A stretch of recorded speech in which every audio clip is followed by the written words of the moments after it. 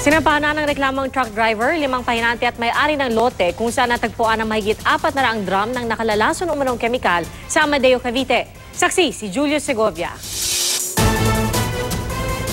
Hindi industrial area at nasa tabing ilog pa, pero ang pribadong loteng ito sa Amadeo, Cavite. Tinambakan ng mahigit 400 drum ng nakalalasong kemikal. Nagpapatrol kagabi ang mga pulis nang mamata ang ibinababa ang mga drum sa lote.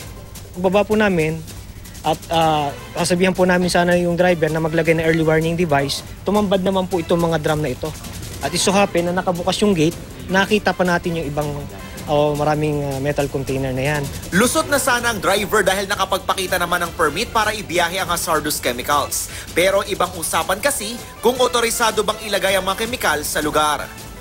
Sa normal na proseso, bago i-dispose, kailangan munang dumaan sa treatment facility ng mga nakalalasong kemikal. Pero sa kaso nito, mukhang basta na lang daw itinatapon sa ilog sa likurang bahagi ng bakuran ang nakalalasong kemikal. Pruweba rito ang mga nakitang water pump at hose ng mga taga-DNR sa loob ng lote.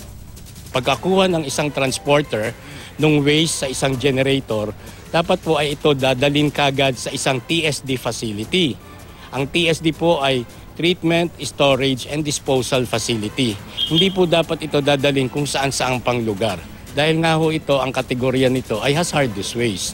Sa inisyal na pagsisiyasat, used oil at water coolant ang nakalagay na label sa mga drum. Bagamat hindi raw kasing tindi ng ibang kemikal ang toxicity nito, peligroso lalo na kung itinatapon nga sa ilog na umaagos sa mababang bayan ng Cavite. Hindi tiyak kung may umiinom o nag-iigib sa mga ilog ng Cavite, pero kinuhanan na ng water sample ang ilog sa Amadeo para suriin.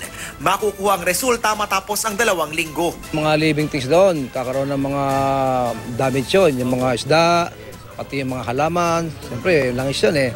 At pati naman ng mga tao, kung makakakain ng mga isda o mga halaman na damage niyan, maaaring magkaroon din ng depresya. Sinadya na ng fiskal ang lote at minarkahan ng mga drum na magsisilbing ebidensya para sa reklamong paglabag sa Toxic Substances and Hazardous and Nuclear Waste Control Act of 1990. Isinailalim na sa inquest ang truck driver, 5 pahinante at may-ari ng lote na sinampahan niyan. Sa Biyernes naman ang simula ng preliminary investigation. Mukhang magko-qualify ito as hazardous waste. Ang penalty niya is imprisonment from 12 years to 20 years. Sa korte na raw magbibigay ng tugon ng mga inireklamo. Mula rito sa Amadeo, Cavite, ako si Julio Segovia, ang inyong saksi.